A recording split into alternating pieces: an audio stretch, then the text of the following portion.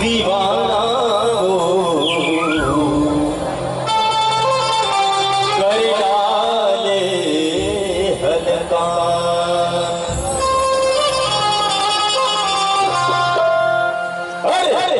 के मौला दीवाना वो कर डाले हल्का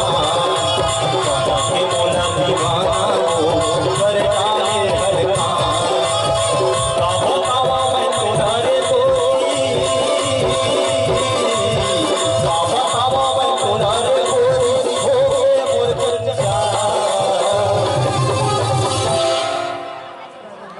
बना के मौला दीवाना वो कर डाले हल्का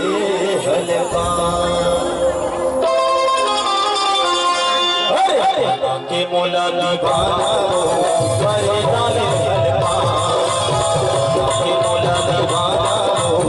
कर डाले हल्का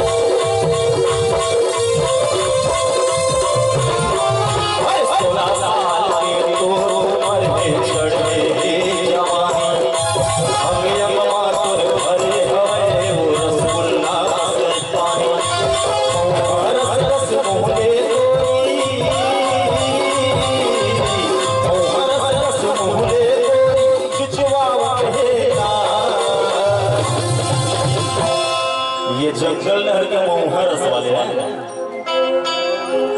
बना के मौला दीवाना वो